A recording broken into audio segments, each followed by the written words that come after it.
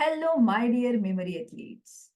मागच्या व्हिडिओमध्ये आपण नेम्स अँड फेसेस या इंटरेस्टिंग डिसिप्लिनचा मेमरायझेशन अँड रिकॉल पेपर कसा असतो, नेम्स अँड फेसेसचा मार्किंग क्रायटेरिया काय असतो, चेहऱ्याची नावं जर आपल्याला हव्या असलेल्या लिपीत भाषांतरित करून हवी असतील तर काय करावं, हे सारं डिटेलमध्ये शिकलो.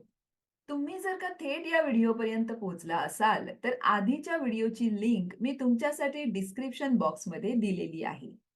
आजच्या व्हिडिओमध्ये मी तुम्हाला नेम्स अँड फेसेस कसे लक्षात ठेवायचे हे शिकवून लगेचच तुमची एक परीक्षा सुद्धा घेणार आहे.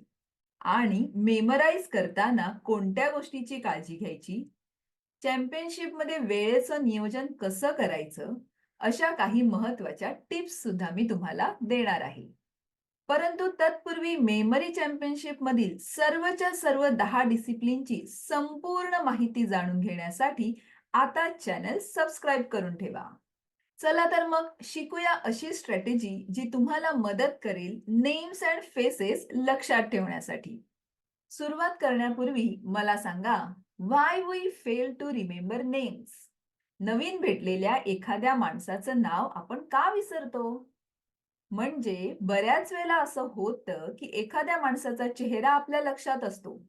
त्या व्यक्तीला पाहिल्यानंतर आपल्याला आठवतं, की या व्यक्तीला मी आधी भेटलेलो आहे. परंतु नाव मात्र मला आठवत नाहीये. असं का होत असावं? कारण जेव्हा आपण एखाद्या व्यक्तीला भेटतो, तेव्हा त्या व्यक्तीचा चेहरा आपल्या व्हिज्युअल मेमरीमध्ये साठवला जातो.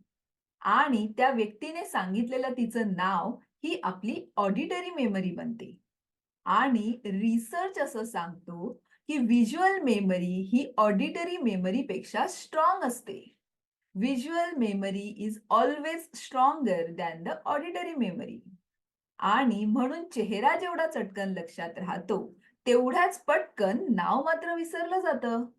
पण मग आपण जसा व्यक्तीचा चेहरा बघतो, तसंच नाव सुद्धा बघायला सुरुवात केली तर? म्हणजेच नावाला सुद्धा व्हिज्युअल मेमरी बनवली तर आपण नाव सुद्धा दीर्घ काळापर्यंत लक्षात ठेवू शकतो. पण मग आता तुम्हाला प्रश्न पडला असेल, की नाव बघायचं म्हणजे नक्की काय करायचं? आणि नाव खरंच व्हिज्युअलाइज करता येईल? हो, येईल. कसं? सोपं आहे. रिया मेथड वापरायची आणि नाव व्हिज्युअलाइज करायचं. तर मग शिकायची रिया मेथड? आणि हो, रिया हे काही एखाद्या मुलीचं नाव नाहीये, तर हा शॉर्ट फॉर्म आहे नाव व्हिज्युअलाइज करायच्या प्रोसेसचा. रिया मधला आर म्हणजे रिपीट किंवा रीड, आय म्हणजे इम्प्रेशन आणि ए म्हणजे असोसिएशन. तर नाव व्हिज्युअलाइज करायच्या प्रोसेसमध्ये जर डे टू डे लाईफमध्ये तुम्हाला रिया मेथड वापरायची असेल, तर रिया मधला आर म्हणजे रिपीट. एखादी नवीन व्यक्ती तुम्हाला भेटली आणि तिचं नाव तुम्हाला लक्षात ठेवायचं असेल, तर तुमच्या संभाषणामध्ये त्या व्यक्तीचं नाव तुम्ही सतत घेतलं पाहिजे. आणि त्यासाठी सर्वप्रथम भेटल्या भेटल्या तुम्ही त्या व्यक्तीला तिचं नाव विचारलं पाहिजे. नाहीतर बऱ्याच वेळेला होतं काय, की एखादी व्यक्ती आपल्याला भेटते, आपण तिच्याशी खूप गप्पा मारतो आणि नंतर अगदी जाता-जाता, निघता-निघता आपण त्या व्यक्तीला तिचं नाव विचारतो आणि थोड्याच वेळात विसरूनही जातो. याचाच अर्थ जर का एखाद्या व्यक्तीचं नाव तुम्हाला लक्षात ठेवायचं असेल, तर भेटल्यावर सर्वप्रथम तुम्ही त्या व्यक्तीला तिचं नाव विचारलं पाहिजे. आणि मग बोलताना प्रत्येक 4 ते 5 वाक्यानंतर त्या व्यक्तीचं नाव घेऊन संभाषण पुढे सरकवलं पाहिजे. उदाहरणार्थ, सीमा नावाची मुलगी तुम्हाला पहिल्यांदाच भेटली. तर बोलत असताना, "तू कुठे राहतेस?" असं न विचारता, "सीमा, तू राहायला कुठे आहेस?" किंवा "तुझा आवडता रंग कोणता आहे?" असं न विचारता, "सीमा, तुझा आवडता रंग कोणता आहे?" असं बोलत असताना नाव रिपीट केलं तर ते लक्षात राहायचे चान्सेस वाढतात. अर्थात बोलताना प्रत्येक वाक्यात नाव घेतलं तर मात्र समोरचा वैतागू शकतो. म्हणून सांगितल्याप्रमाणे बोलताना प्रत्येक 4 ते 5 वाक्यानंतर त्या व्यक्तीचं नाव घेऊन संभाषण पुढे सरकवलं पाहिजे. तर आर म्हणजे रिपीट. हे झालं डे टू डे लाईफमध्ये. परंतु मेमरी चॅम्पियनशिपमध्ये नाव व्हिज्युअलाइज करायच्या प्रोसेसमध्ये आर म्हणजे रीड. चॅम्पियनशिपमध्ये चेहऱ्याच्या खाली दिलेलं नाव काळजीपूर्वक वाचावं.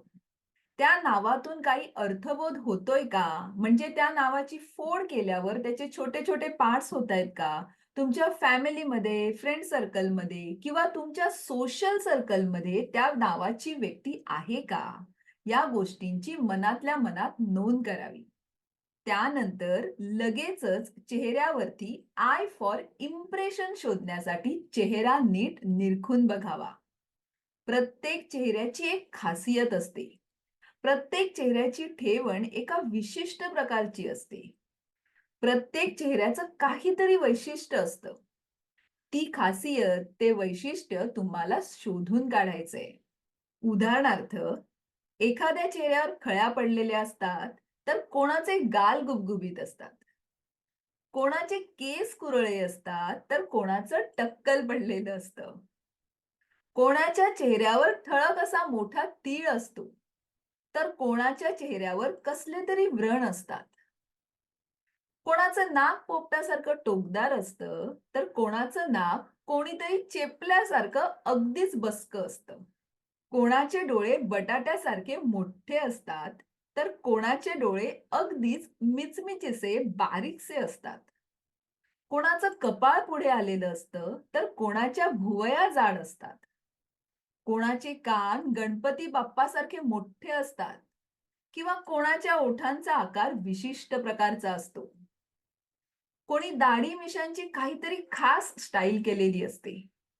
असं काही ना काही वैशिष्ट्य, इम्प्रेशन तुम्हाला पटकन शोधून काढायचंय आणि नावाबरोबर ए फॉर असोसिएट करायचंय. असोसिएट करताना तुम्हाला तुमच्या क्रिएटिव्ह आयडियाज वापरायचे आहेत. आणि सुंदर क्रिएटिव्ह आयडियाज पटकन सुचण्यासाठी फक्त आणि फक्त रेग्युलर प्रॅक्टिस हाच एक उपाय आहे. इथे उदाहरण म्हणून मी तुम्हाला फक्त फर्स्ट नेम आणि चेहऱ्यावरचं शोधलेलं इम्प्रेशन रिया मेथड वापरून कसं असोसिएट करायचं ते प्रत्यक्षात करून दाखवणार आहे. या चेहऱ्याचं नाव आहे बिपिन. या नावाची फोड बीप अधिक पिन अशी होऊ शकेल. चेहरा बघितल्यावर डोक्यावर पडलेलं टक्कल ठळकपणे नजरेत येतं. तर आता बिपिन हे नाव आणि टक्कल आपल्याला असोसिएट करायचंय. व्हिज्युअलाइज करा की तुम्ही पिनने टकलावर बीप बीप असा आवाज करताय.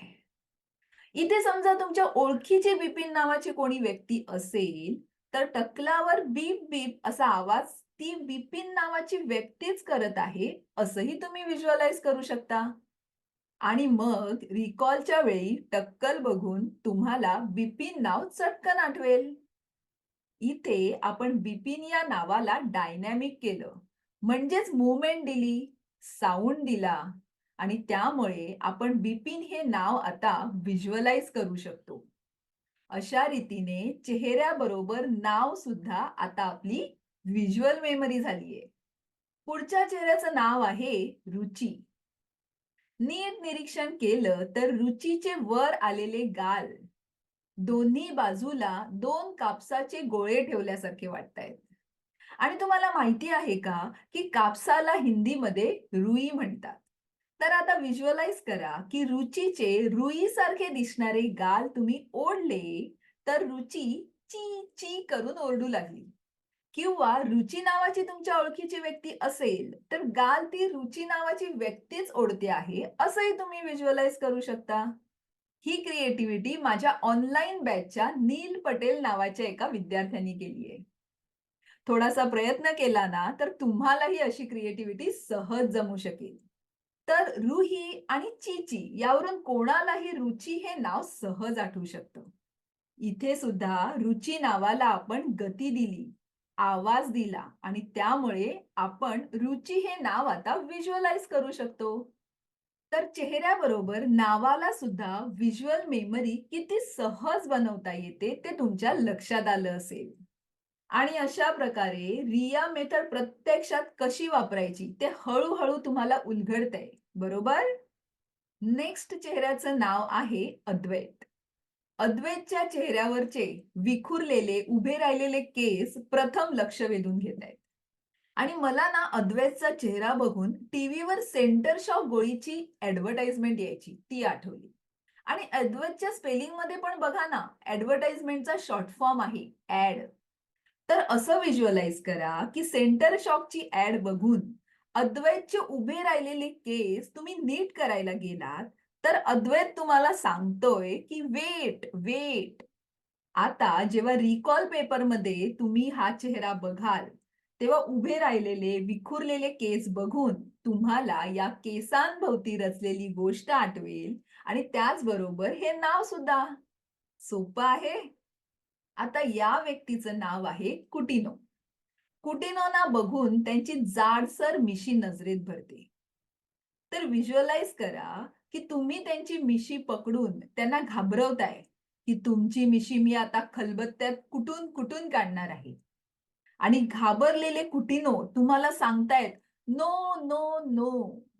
इथे मिशी बघून कुटून आणि नो हे 2 शब्द आठवले, की कुटिनो हे नाव तुम्हाला पटकन आठवेल.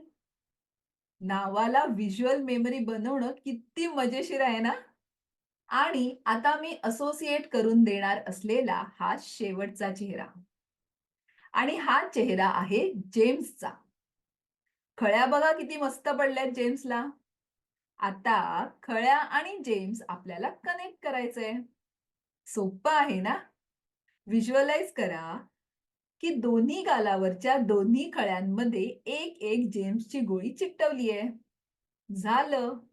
रिकॉल पेपरमध्ये हा चेहरा दिसला आणि खळ्या बघितल्या, की लगेचच तुम्हाला तुम्ही चिकटवलेल्या जेम्सच्या गोळ्या आठवतील आणि मग पटकन नाव लिहून तुम्ही मोकळे व्हाल. पण थांबा. मेमराईज करताना आपण जेम्सचं नाव जेम्सच्या गोळ्याबरोबर असोसिएट केलंय. आणि जेम्सच्या गोळ्यांचं स्पेलिंग Gems आहे. आणि या चेहऱ्याच्या नावाचं स्पेलिंग मात्र James आहे. रिकॉलच्या वेळेला ही चूक होऊ नये म्हणून मेमराईज करतानाच मेंदूला या स्पेलिंग डिफरन्सची आपल्याकडून सूचना गेली पाहिजे. एकदा का सूचना दिली, की मेंदू रिकॉलच्या वेळी तुम्हाला त्याची जाणीव करून देणार. आणि लक्षात घ्या, मेमराईज केलेली नावं काही खूप दिवसांनी तुम्हाला रिकॉल करायची नाहीयेत. तर अगदी लगेचच पुढच्या काही मिनिटातच ही नावं आठवून रिकॉल पेपरमध्ये लिहायची. आणि रिकॉल टाइम हा मेमरायझेशन टाइमपेक्षा जास्त असल्यामुळे खूप टेन्शन घ्यायची, घाई-गडबड करायची गरज नाहीये. आरामात कनेक्शन्स आठवत, विचारपूर्वक स्पेलिंग लिहत रिकॉल पेपर पूर्ण करायचा आहे. आणि महत्वाचं म्हणजे खूप किचकट, कठीण, कॉम्प्लिकेटेड स्पेलिंग असेल, तर ते सरळ सोडून द्या आणि पुढे जा. कारण चॅम्पियनशिपमध्ये तुम्हाला प्रचंड डेटा प्रोव्हाईड केलेला असतो. त्यामुळे खूप किचकट असलेल्या स्पेलिंग पाठीमागे मुळीच वेळ वाया घालवायचा नाहीये. पण काही नावं मोठी असली तरी ती सोपी असतात. उदाहरणार्थ, आताच आपण असोसिएट केलेलं कुटिनो हे नाव जरा मोठं होतं, पण सोपं होतं. खूप कॉम्प्लिकेटेड नव्हतं. या नावाची फोड करून आपल्याला 2 अर्थपूर्ण शब्द बनवून त्याचं असोसिएशन करता आलं. त्याच्यात ॲक्शन टाकता आली, इमोशन्स टाकता आले, साउंड टाकता आला. तर अशी नावं लक्षात ठेवायला काहीच हरकत नाही.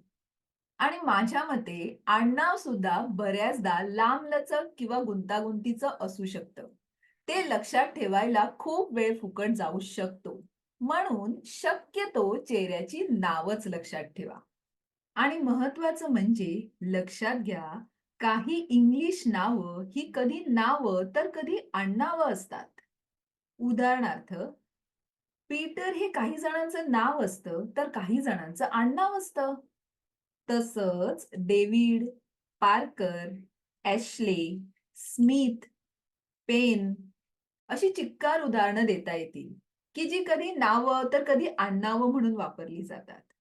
अशा वेळेला उदाहरणार्थ, स्मिथ हे लक्षात ठेवलेलं नाव दिलेल्या चेहऱ्याचं नाव की आडनाव आहे याची स्पष्ट सूचना तुम्ही तुमच्या मेंदूला दिली पाहिजे. नाहीतर होतं काय, की रिकॉल पेपरमध्ये लिहिताना पाठ केलेलं नाव, नाव होतं की आडनाव हे खूप विचार करून सुद्धा आठवत नाही आणि मग मात्र गडबड होते. चला तर मग आता आपण पाहूया चॅम्पियनशिपमध्ये तुम्हाला दिलेल्या मेमरायझेशन टाईममध्ये वेळेचं नियोजन कसं करायचं. कुठेही कन्फ्युजन, गडबड गोंधळ होऊ नये म्हणून चॅम्पियनशिपमध्ये दिलेल्या मेमरायझेशन टाईममध्ये केवळ मेमराईज न करता रिव्हिजनचा एक अटेम्प्ट करणं खूप गरजेचं आहे. कारण कधी-कधी मेमराईज करताना आपल्या लक्षात येत नाही, परंतु एखादं असोसिएशन नीट झालेलं नसतं आणि त्यामुळे रिकॉलच्या वेळी ब्लँक व्हायला होतं. आणि तुम्हाला माहितीच आहे, की नावाचं स्पेलिंग चुकलं तर 0 मार्क आणि कन्फ्युजनमुळे का होईना, पण एकच नाव 2 पेक्षा जास्त वेळा लिहिलं गेलं तर अर्धा मार्क वजा होणार आहे. त्यामुळे रिव्हिजन करणं खूप गरजेचं आहे. अर्थातच कितव्या मिनिटानंतर रिव्हिजन करावं हे व्यक्तिसापेक्ष आहे. घरी टायमर लावून जेव्हा तुम्ही प्रॅक्टिस करता, तेव्हा तुम्हाला तुमच्या स्वतःच्या स्पीडचा अंदाज येतो व त्याप्रमाणे कितव्या मिनिटाला रिव्हिजन करावं, हे तुम्ही स्वतःपुरता ठरवू शकता. आणि आता मला वाटतं तुम्ही एक्झामसाठी पूर्णपणे तयार आहात. तेव्हा व्हिडिओ पॉज करून पटकन एक वही पेन घेऊन या. 2 मिनिटाचा टायमर मी सेट करणार आहे. आणि तुमच्या समोर येणार आहेत नेम्स अँड फेसेसचा मेमरायझेशन पेपर. रिया मेथड वापरून आणि आत्ताच तुम्हाला सांगितलेले सर्व मुद्दे लक्षात घेऊन पटापट नावं लक्षात ठेवायची आहेत. So all set, your time starts नाव.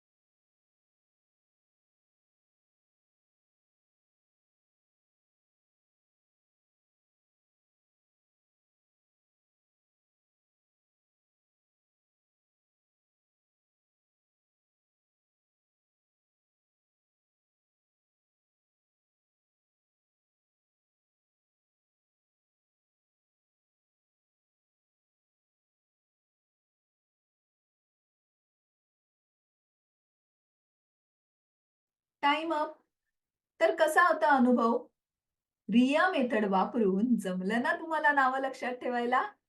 इथे प्रॅक्टिससाठी मी तुम्हाला फक्त 2च पेजेस दिलेत आणि हा तुमचा पहिलाच प्रयत्न आहे, म्हणून मी रिकॉल पेपरमध्ये चेहऱ्याचा क्रम सुद्धा बदललेला नाहीये. आता व्हिडिओ पॉज करून तुम्ही तुमचे आन्सर्स लिहून काढा आणि मग स्वतःच चेक करा. आन्सर लिहित असतानाच तुमच्या लक्षात येईल की रिया मेथड तुम्हाला नीट समजलीये की नाही.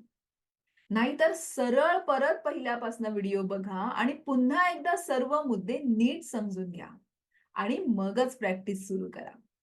तर या व्हिडिओमध्ये आज आपण इथेच थांबूया. काही शंका असल्यास कमेंट बॉक्समध्ये लिहून कळवा. तुम्हाला तुमच्या प्रश्नाचं उत्तर नक्कीच दिलं जाईल. तर मग आजचा व्हिडिओ तुम्ही लाईक केलात का? Thank you. आणि पुढचा व्हिडिओ रिलीज झाल्या तुमच्यापर्यंत पोहोचण्यासाठी चॅनल सबस्क्राईब करून बेल आयकॉनवर क्लिक पण करून ठेवा. आणि तुमच्यासारखंच काहीतरी भन्नाट करू इच्छिणाऱ्या तुमच्या ओळखीच्या मंडळींमध्ये हा व्हिडिओ शेअर सुद्धा नक्की करा. तर लवकरच भेटूया पुढील व्हिडिओमध्ये. कारण तुम्ही आहात मेमरी ॲथलीट आणि तुम्हाला बनायचंय मेमरी चॅम्पियन. Thank you.